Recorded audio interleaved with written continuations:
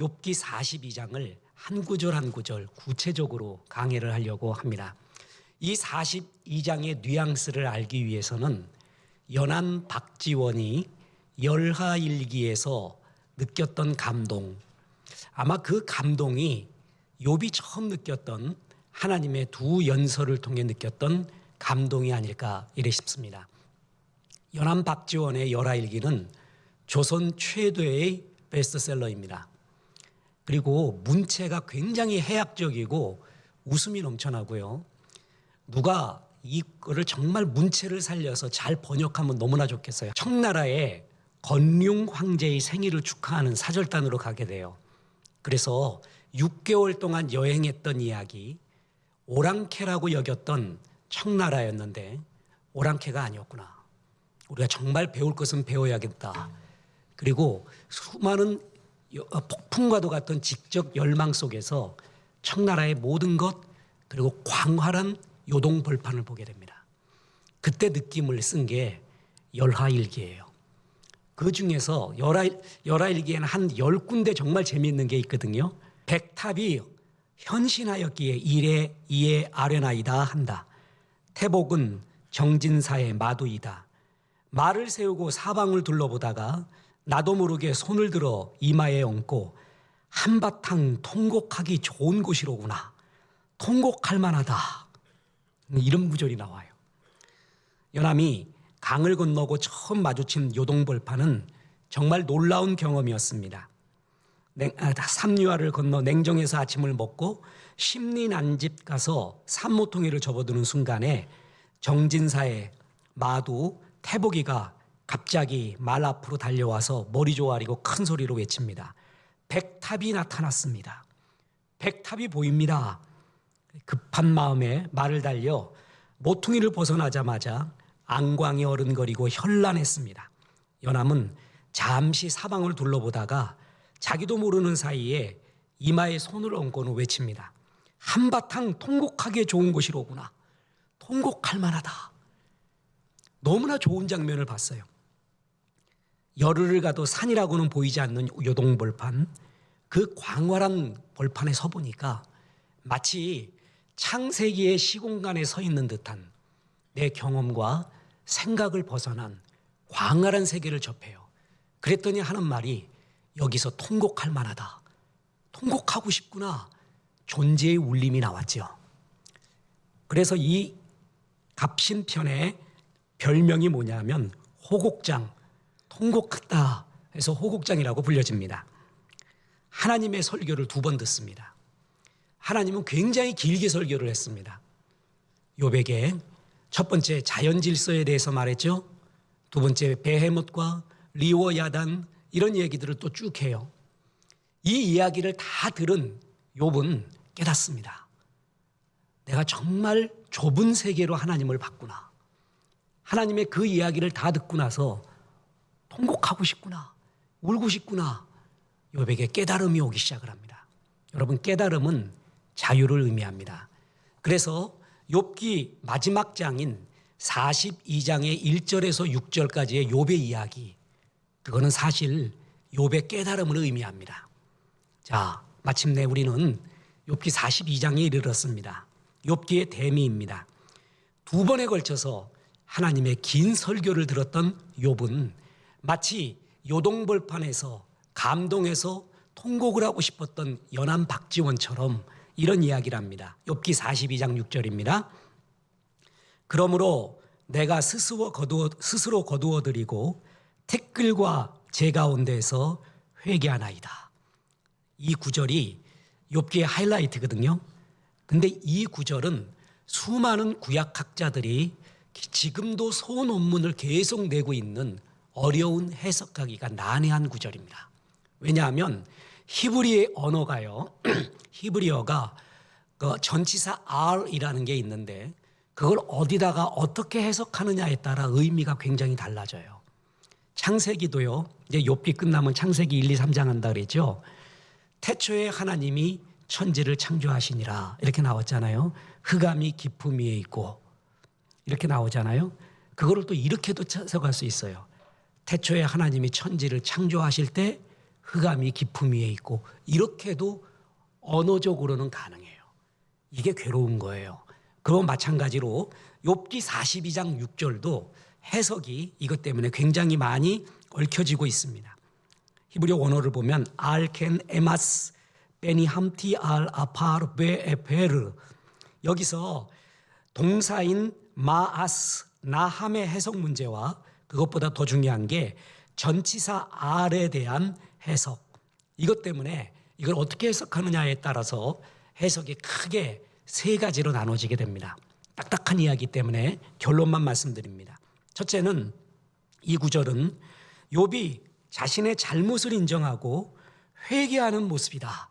욥이 아까도 봤듯이 회개합니다라고 해서 이 회개를 그대로 받아들이는 해석, 이게 가장 일반적이에요. 마틴 루터 같은 경우도 이런 해석을 했는데, 그러므로 내가 나를 죄 있다고 선포하고 티끌과 죄 위에서 회개하나이다. 티끌과 죄, 구약 백성들이 이 위에서 회개를 많이 했거든요. 내가 회개합니다. 티끌과 죄 위에서, 이런 해석이 나옵니다. 그런데 여기서 회개했다라는 것이 도대체 뭘 회개한 거예요? 자, 죄에 있음을 회개했다라고 한다면은 욥의 앞선 세 친구들의 말이 맞은 거죠. 엘리바스, 빌다, 소발은 계속해서 뭘 얘기했습니까? 죄가 없이 고난당하는 사람은 없으니까 네 죄를 회개하라, 이런 말 했거든요. 그때 욥은 아니라고 했어요. 나를 도가니에 넣어봐라. 나는 정금 같은 사람이야. 그걸로 날 해석하지 말라 계속 얘기해 왔던 거 아니에요. 하나님 이게 아니잖아요 라고 물어봤던 거 아니에요.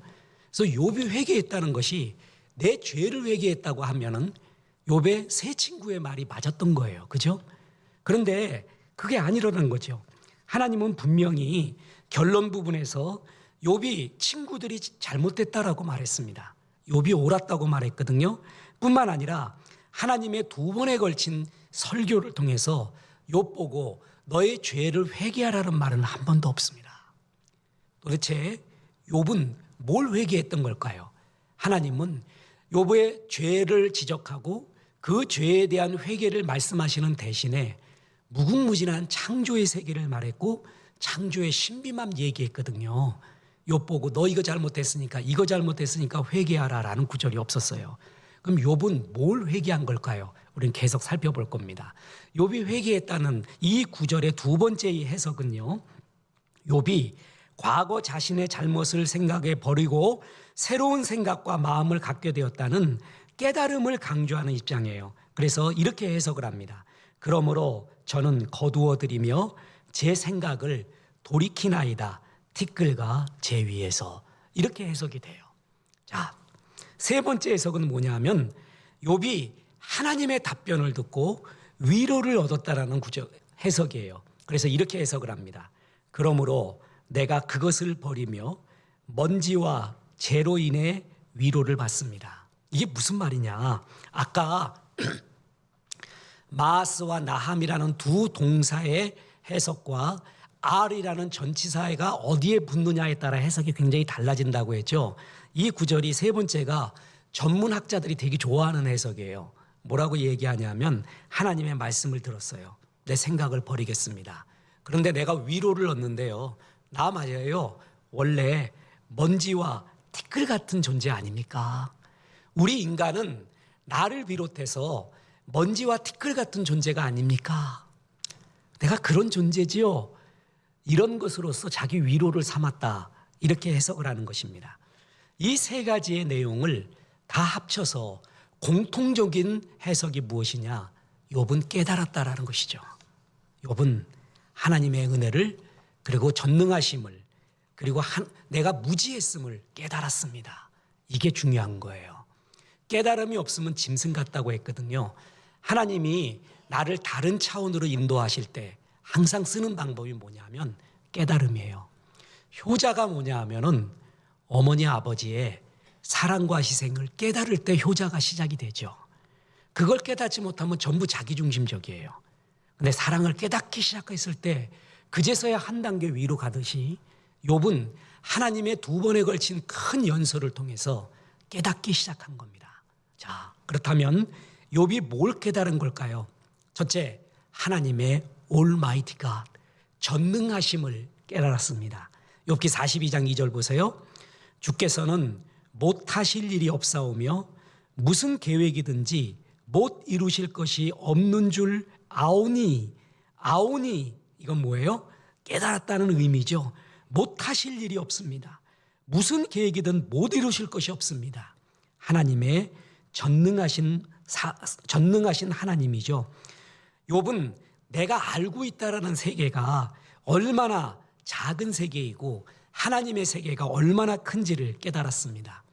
욥은 감히 하나님 앞에서 하나님은 이러이러해야 하고 세상도 이러이러해야 한다, 이렇게 외쳤던 말이 인간의 원망사고, 원망에서 나오는 투정에 불과하구나. 하나님의 전능하심을 내가 다달할 수가 없구나. 나는 우물한 개구리에 지나지 않았구나 라는 걸 알게 됩니다.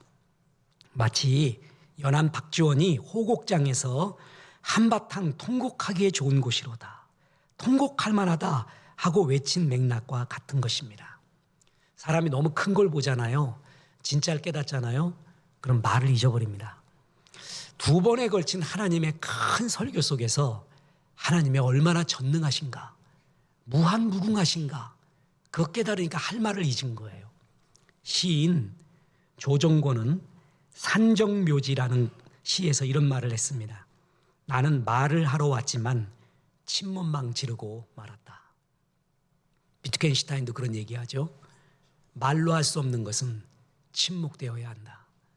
이때 침묵은 정말 말을 잊어버린 겁니다. 아, 하나님의 전능하심, 역사하심이 이렇게 컸구나, 그걸 깨달았습니다. 또 하나 깨달았는데 욥은 하나님의 놀라운 사역 앞에 내가 무지했다라는 것, 너무 몰랐다라는 것을 깨닫습니다. 내가 얘기했던 것은 너무나 한 부분에 지나지 않았다라는 것을 깨닫게 됩니다. 욥은 하나님에 대해, 하나님이 창조하신 세계에 대한 무질서를 말했었고요. 하나님이 정의롭지 못하다, 비도덕적이다라는 큰 2가지를 불평을 했습니다. 그렇죠? 보세요. 욥기 12장 6절. 강도의 장막은 형통하고 하나님을 진노케 하는 자는 편안하니 하나님이 그의 손에 후히 주심이니라. 세상이 이렇게 무질서합니다. 이럴 수 있습니까? 어떻게 악한 자가 이렇게 잘 됩니까? 하나님 허락하셨습니까? 이런 얘기했죠. 이제 이 세상 너무 무질서하다는 거예요. 뿐만 아닙니다. 욥기 21장 7절에서 11절에 어찌하여 악인이 생존하고 장수하며 세력이 강하냐? 그들의 후손 앞에서 그들과 함께 굳게 서고 자손이 그들의 목전에서 그러하구나. 그들의 집이 평안하여 두려움이 없고 하나님의 매가 그들 위에 임하지 아니하며 그들의 숫소는 새끼를 베고 그들의 암소는 낙태하는 일이 없이 새끼를 낳는구나. 그들은 아이들을 양떼같이 내보내고 그들의 자녀들은 춤추는구나. 악인이 이렇게 잘 된다는 거예요. 세상이 이렇게 무질서하다는 거예요. 그리고 의인인 내가 이렇게 고통당하는 걸 보니 이 세상은 질서 있다고, 코스모스라고 말할 수 없습니다. 지금 그 얘기하고 있는 거였잖아요. 그리고 또 하나, 이런 무질서한 세계를 내버려 두는 하나님은 비도덕적입니다. 정의롭지 못합니다. 이 2가지가 하나님에 대해 제일 안타깝게 탄식했던 욥의 주제입니다. 보세요. 욥기 9장 17절에서 24절 보세요. 그가 폭풍으로 나를 치시고 까닭없이 내 상처를 깊게 하시며 나를 숨쉬지 못하게 하시며 괴로움을 내게 채우시는구나. 힘으로 말하면 그가 강하시고 심판으로 말하면 누가 그를 소환하겠느냐. 가령 내가 의로울지라도 내 입이 나를 정죄하리니 가령 내가 온전할지라도 나를 정죄하시리라. 나는 온전하다마는 내가 나를 돌아보지 아니하고 내 생명을 천히 여기는구나. 일이 다 같은 것이라. 그러므로 나는 말하기를 하나님이 온전한 자나 악한 자나 멸망시킨다 하나니 갑자기 재난이 닥쳐 죽을지라도 무지한 자의 절망도 그가 비웃으시리라. 세상이 악인의 손에 넘어갔고 재판관의 얼굴도 가려졌나니 그렇게 되게 한 이가 그가 아니시면 누구냐. 하나님 이 세상 무질서합니다. 말도 안 됩니다. 악인이 이렇게 흥황합니다. 이렇게 놔둔 분이 하나님입니까? 하나님 도덕적입니까? 정의롭습니까? 이 두 가지가 욥의 주장이었어요. 하나님이 2번 설교했다고 했죠.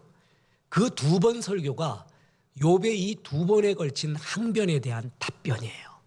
이 세상이 무질서하다, 그에 대한 답변이 하나님이 첫 번째 설교인 욥기 38장 1절에서 40장 2절까지의 말씀입니다. 이 세상 무질서하지 않다. 히브리어로 아짜라는 것이 나오는데, 이 아짜는 하나님의 계획, 설계, 섭리, 하나님의 상담, 이런 뜻이거든요. 이 세상은 하나님의 아짜, 하나님의 섭리에 의해서 움직여지고 있다. 그러면서 자연의 신비한 현상을 말하고 있죠. 네가 보기에는 이 자연에서 일어나고 있는 이 커다란 일들이 이해하지 못하지.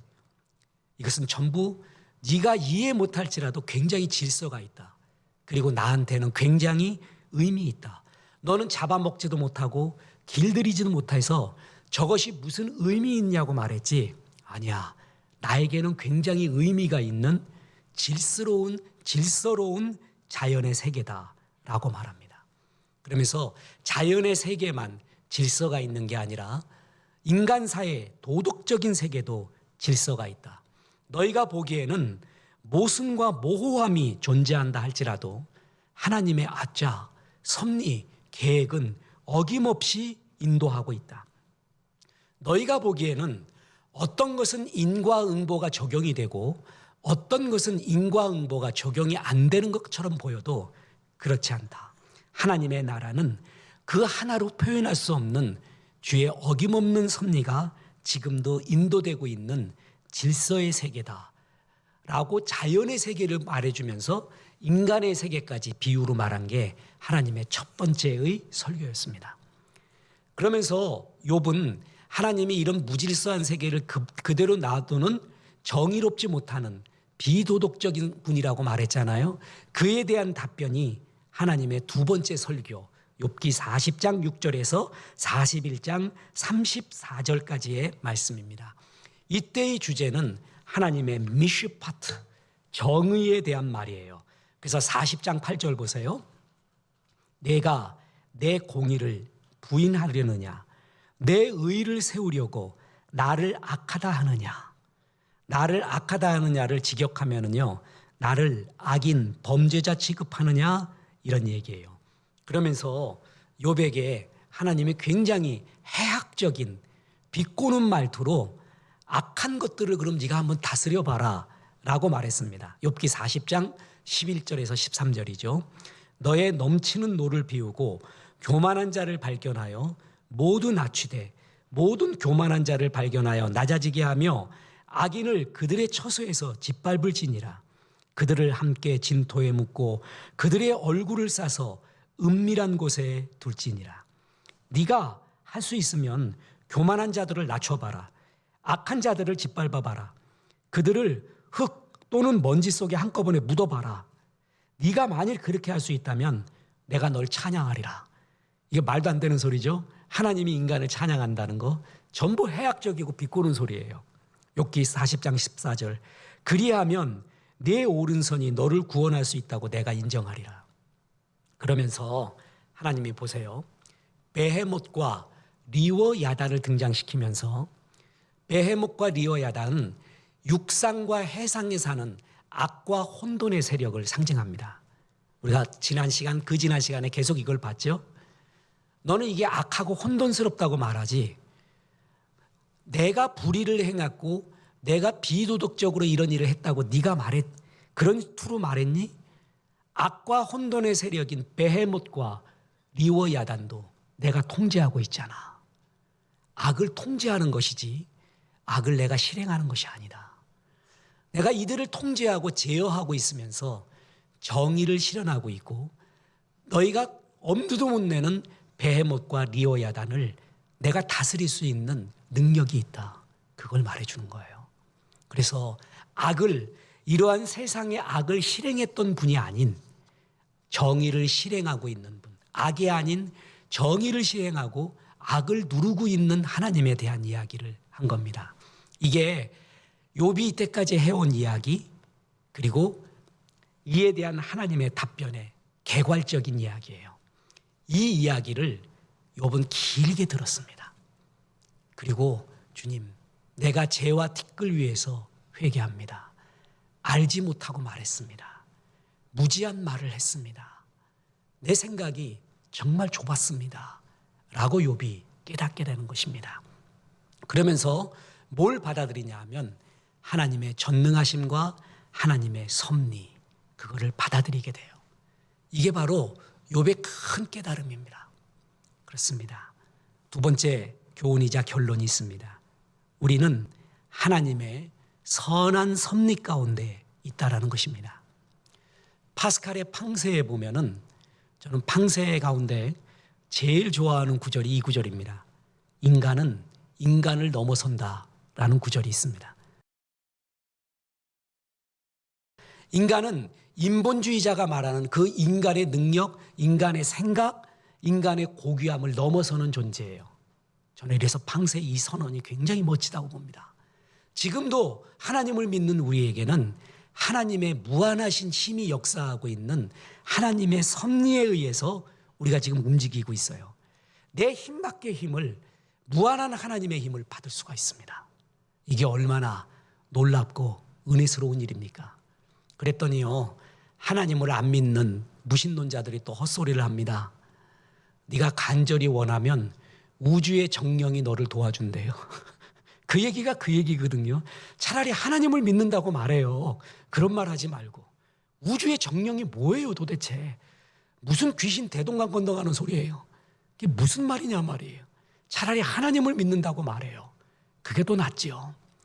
지금도 하나님은 무한하신 힘으로 하나님을 믿는 우리에게 역사하고 섭리하고 있어요. 그래서 인간은 인간을 넘어서는 거예요. 우리 힘 밖에 있는 거예요. 나에게 부르짖으라 그랬죠? 입을 열라 그랬잖아요.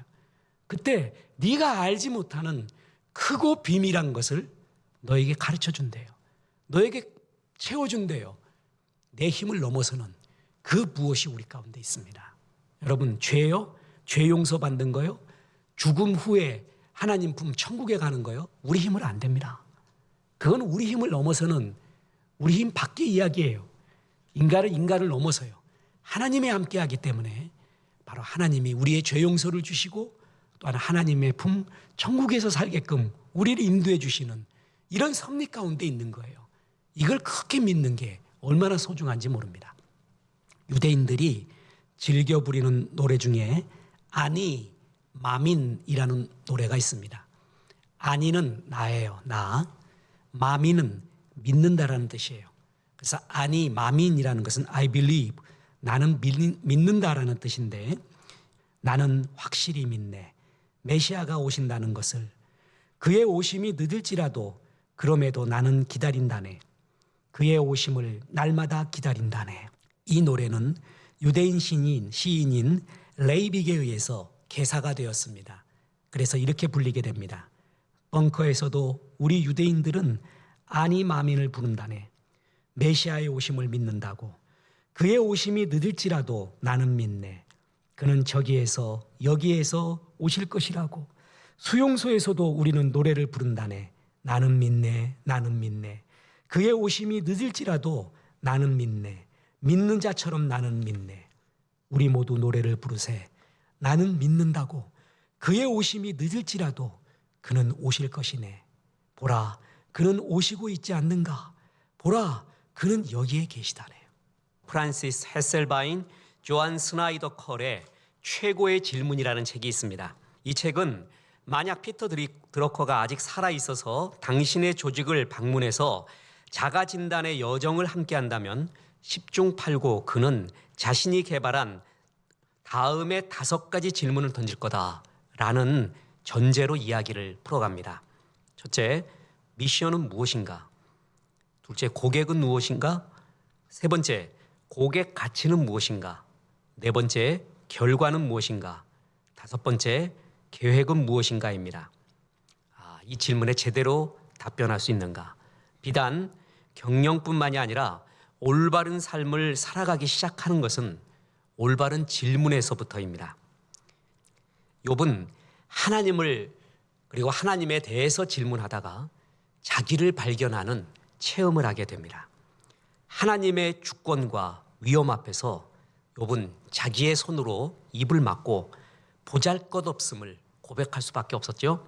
자, 보세요. 욥기 42장 2절 3절에 주께서는 못하실 일이 없사오며 무슨 계획이든지 못 이루실 것이 없는 줄 아오니 무지한 말로 이치를 가리는 자가 누구니이까?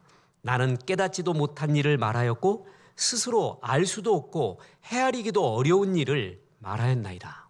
욥이 하나님의 무한하신 세계를 봤어요. 하나님 왜 이렇습니까? 라는 그 질문만 계속해서 그 질문에 답변을 얻고 싶었는데 하나님이 크신 세계를 보여주고 난 다음에 욥은 통곡할 만하구나, 울고 싶구나, 내가 이제껏 질문하고 말한 것이 창피해 죽겠구나, 이런 유치찬란한 하나님의 위엄 앞에서 이런 작은 질문을 하였다니, 그러면서 이제 중요한 전환이 일어나게 됩니다. 무지한 말로 이치를 가리는 자가 누구니까 아까 그랬잖아요. 이게 하나님이 했던 말이죠. 또 오늘 구절에서도 하나님이 했던 말씀을 그대로 인용해서 욥이 다시 말합니다. 하나님은 일찍이 욥한테 이런 말을 했거든요. 욥기 38장 3절에 너는 대장부처럼 허리를 묶고 내가 네게 묻는 것을 대답할지니라. 40장 7절에 너는 대장부처럼 허리를 묶고 내가 네게 묻겠으니 내게 대답할지니라. 이런 말을 하나님이 물었단 말이에요. 그랬을 때 이 말씀을 그대로 인용해서 욥이 다시 묻습니다. 보세요. 욥기 42장 4절에 내가 말하겠사오니 주는 들으시고 내가 주께 묻겠사오니 주여 내게 알게 하옵소서. 자, 이 구절이 사실 난해 구절이거든요. 좀 이해하기 쉽게 표준 세번역으로 한번 보겠습니다. 주께서 말씀하셨습니다. 들어라, 내가 말하겠다. 내가 물을 터이니 내게 대답하여라 하셨습니다.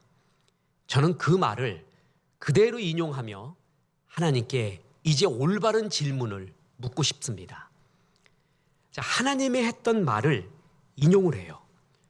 그리고 이제는 내 임의대로 이해하지 않고 하나님께 여쭙겠습니다. 삶이 변하게 됩니다. 하나님의 말씀을 인용하여 욥이 질문하고 말하고 있다는 건 뭐냐 하면 하나님의 말씀을 수용하기 시작한 거죠. 그전에는 내 질문, 내가 하나님께 묻고 싶은 게 가득했어요. 근데 하나님이 말씀하시는 것을 하나 둘씩 인용을 하면서 주님이 하는 말과 내 마음을 그리고 내 영혼을 일치시켜 갑니다. 만약 하나님께서 내 멋대로 드리는 기도를 받아주셨으면 나는 교만하고 인정이 없고 밉살스러운 인간이 됐었을 것입니다. 아, 실로 감사합니다. 하나님께서는 나의 추악한 욕심을 다 물리치시고 나의 욕심이 원하는 것을 파괴하셨습니다. 당신은 내 욕심이 원치 않은 길로 나를 이끌어 가시고 내 욕심이 구하지 않은 길로 가게 하사 하나님의 뜻을 이루셨습니다. 내가 내 욕심대로 다 이루었다면, 그 기도대로 이루었다면 난 망했다는 것입니다. 욥은 이제 하나님 마음에 맞는, 본질에 맞는 말, 하나님 마음에 맞는 질문을 하고 싶습니다. 라는 변화를 일으킵니다. 소크라테스가 말해요. 독배를 마시고 죽었잖아요. 그런데 왜 죽었느냐? 그러면 아테네 시민들을요, 현혹해 했겠다. 굉장히 악독스러운 말로 현혹해 했다라고 해서 지도자가 소크라테스를 죽이게 됩니다. 근데 그 현혹해 했던 악독스러운 말이 뭔지 아십니까? 젊은이들에게 인생과 삶에 대해 끝없이 질문하라고 가르쳤습니다. 당연한 것으로 받아들이지 말고 끝없이 질문하라. 그런데 지도자의 입장, 당시 지도자의 입장으로 보면 별로 좋지 않거든요. 그냥 무조건 예스하고 다 받아들이고 있는, 당연하게 여기는 것이 좋은데 자꾸 질문하라고 하면 골치 아픈 인간이 된 것 같아요. 이거 놔뒀다간 큰일 날 것 같아요. 그래서 소크라테스에게 독배를 줍니다. 질문은 그렇게 무섭습니다. 질문은, 올바른 질문은 인생을 바꿉니다. 그런데 모든 질문이 다 좋은 질문은 아닙니다. 몸에 유익한 콜레스테롤도 있고 몸에 해로운 콜레스테롤도 있는 것처럼요. 나쁜 질문이 있고 좋은 질문이 있어요. 질문은 교훈을 주기보다는 스스로 깨닫게 한다. 질문의 힘 중에서 가장 위대한 점은요. 좋은 질문의 끝을 찾아가 보잖아요. 그러면 스스로 깨닫게 한다라는 것입니다. 하나님은 욥의 질문에 직접적인 대답을 하지 않고 욥이 스스로 깨닫게끔 그 질문 속에서 자신의 존재에 대한 질문으로 돌이키면서 욥을 깨달음으로 인도했습니다. 욥은 좋은 질문, 질문의 신앙을 가진 사람이었습니다. 욥기 외에 다른 구약 성경에서요. 하나님이 직접 현현하셔서 그것도 대화하듯이 끝없는 반문법을 통해서 긴 설교를 2번이나 하면서 욥에게 응답하는, 사람에게 응답하는 그러한 경우는 없습니다. 혹여 하나님이 나타나면 선포적 말씀을 해요. 선포적, 구원 설포적 말씀을 간단하게 하고 말거든요. 근데 욥에게는 참 길게 38장부터 41장까지예요. 2차례에 걸쳐서 끝없는 하나님의 비밀의 창조의 이야기를 끝없이 전해줬다는 거죠. 저는 이 사실 자체가 그렇게 좋을 수가 없습니다. 진짜 깊은 질문을 하고 깊은 고난 가운데 있는 사람에게 하나님이 외면하지 않았다는 거죠. 끝까지 돌을 굴려봐라. 끝까지 고도를 기다려봐라. 이러지 않았다는 거죠. 하나님이 나타났다. 그리고 말씀하셨다. 이 사실 자체가 그렇게 좋을 수가 없습니다. 그리고 그 하나님의 나타나심이 욥으로 하여금 큰 깨달음으로 인도하고 역사했다는 것이죠. 그래서 욥은요, 이제 하나님 마음에 맞는 질문하고 싶습니다. 하나님 마음에 맞는 말하고 싶습니다. 이런 변화를 이끌어내신, 이런 치유와 회복을 주시는 하나님의 이야기 참 좋습니다. 철학함은 경의의 염에서 비롯된다. 철학은 언제 시작되냐 하면 와 이게 뭐야? 라고 하는 놀라움. 놀랍다라는 것은 내가 모른다라는 걸 전제하고 있거든요. 아는 것은 놀랍지 않아요. 모르기 때문에 놀래요. 그죠? 그리고 놀래는 거에서 끝내지 않고 왜 이렇지? 하고 물어요. 자, 놀래요. 그리고 왜 이렇지라고 질문을 해요. 이게 철학함이라는 거예요. 무슨 어려운 일을 겪고 계신가요? 하고 물어보는 것이 곧 이웃에 대한 사랑이다. 정말 보기 싫은 사람 말이에요. 만나기 싫은 사람. 말도 않고 질문도 안 해요. 그죠? 근데 정말 관심이 있잖아요. 질문을 해요. 옷이 참 이쁜데? 뭐가 어떤데? 뭐가 어떤데? 이 향수는 무슨 향수야? 또 뭐는 어때? 질문을 해요. 질문이 뭐냐면 사랑한다는 얘기예요. 좋은 기업을 넘어서 위대한 기업으로, 짐 콜린스의 위대한 작품이잖아요. 위대한 좋은 사람을 넘어서 위대한 사람이 되려면 좋은 질문을 넘어서 위대한 질문을 해야 됩니다. 본질적인 질문, 그리고 하나님이 기뻐하는 질문. 그 질문 속에 살면 먼저 그 나라와 그 의를 구하면 하나님이 모든 걸 책임져 주는 역사가 일어납니다. 위대한 질문은 뭐냐? 하나님의 대인생을 향한 비전, 목적을 끝없이 질문하는 것이에요. 다윗이 그랬습니다. 다윗은 도덕 윤리적으로도 멋진 사람은 아닙니다. 설교 시간에 많이 인용을 한 다윗의 일생을 사도행전에서는 이렇게 요약했잖아요. 사도행전 13장 36절. 다윗은 당시에 하나님의 뜻을 따라 섬기다가 잠들어 그 조상들과 함께 묻혀 썩음을 당하였을 때, 영어 NIV에서는 이걸 어떻게 나온다고요? For when David had served God's purpose in his own generation. David had served God's purpose. 참 이것처럼 멋진 말 없어요. 평생을 God's purpose, 하나님의 목적을 따라 섬기다 죽었다. 그래서 릭 워런 목사님이 이 구절에서 영감을 받아 The Purpose Driven Life, 목적이 이끄는 삶을 이끌어냈다고 했죠. 다윗을 하나님 마음에 합했다는 것은 When David had served God's purpose, 하나님의 목적을 끝없이 따라 섬겼습니다. 그걸 끝없이 물었습니다. 이게 그렇게 중요한 것입니다. 세계적인 정신분석학자이며 작가인 스카펙 박사. 그가 게으름을 가리켜 원죄다 이렇게 이야기했어요. 왜 그러느냐? 그때 당시 아담과 하와는 하나님과 깊이 동행하던 시절이었거든요. 그러면 사단이 와서 선악과 따먹으라고 말을 했을 때 하나님, 사단이 나한테 이런 유혹을 줬습니다. 하나님 왜 선악과를 따먹지 말라고 했습니까? 이건 진짜 따먹어서는 안 되는 것이죠. 사탄이 이렇게 말하는데 들어서는 안 되는 거겠죠? 라고 하나님께 한번 묻기만 했으면 그런 죄를 범하지 않았다는 거죠. 근데 그는 어떤 죄를 범했냐 하면 하나님께 묻지 않은 죄를 범한 거예요. 하나님께 물었으면 되는 거예요. 그죠? 그러면 끝나는 거예요. 근데 사탄의 말은 끝없이 경청하고 대화하면서 하나님께는 질문을 하지 않았어요. 그게 원죄의 근거가 되었다라는 거예요. 하나님께 대한 올바른 질문. 이게 얼마나 중요한지 모릅니다. 오늘 일부러 피터 드러커의 이야기를 많이 했습니다. 이 사람이요, 현대 경영학의 아버지라고 하죠. 그리고 릭 워런 목사님의 목적이 이끄는 삶을 편집해 준 분입니다. 살아계셨으면 나도 좀 부탁하고 싶은데 이미 돌아가셔가지고 굉장히 현실적이고요, 철학적이기도 하고요, 임상실험을 끝없이 설포던 그런 사람이에요.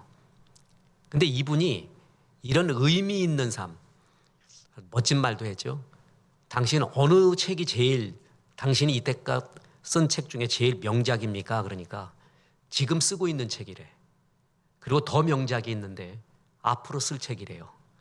그는 늙지 않았어요. 끝없이 이렇게 살다가 갔거든요. 정말 멋진 말 아니에요?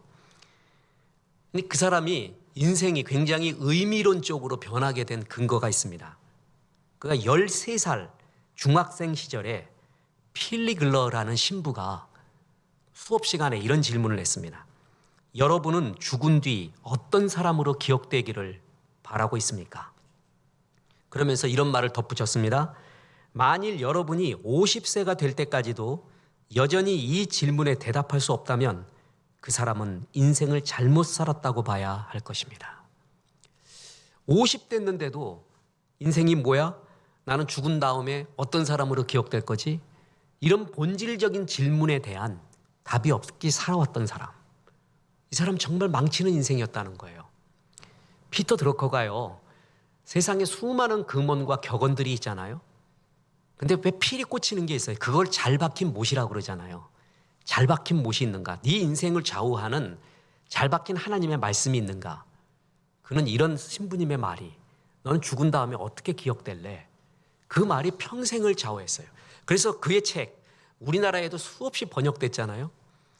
저는 다 구한 줄 알았어요. 다 본 줄 알았어요. 아직 많이 남았어요. 그만큼 많은 책을 썼어요. 아직 번역 안 된 것도 너무나 많고요. 그런데 그의 책들마다요, 굉장히 많이 공통적으로 이 신부님의 글을 인용을 하고 있습니다. 어떤 사람으로 기억되고 싶은가 하는 질문이 인생을 바꾼다. 신부님 했던 그 말이 진짜 가슴에 필이 온 거예요. 나 어떤 사람으로 기억될까? 지난번에 얘기했죠. 그 사람은 여러 가지 일을 해요. 그죠? 그리고 누구든지 공이 있고 과가 있습니다.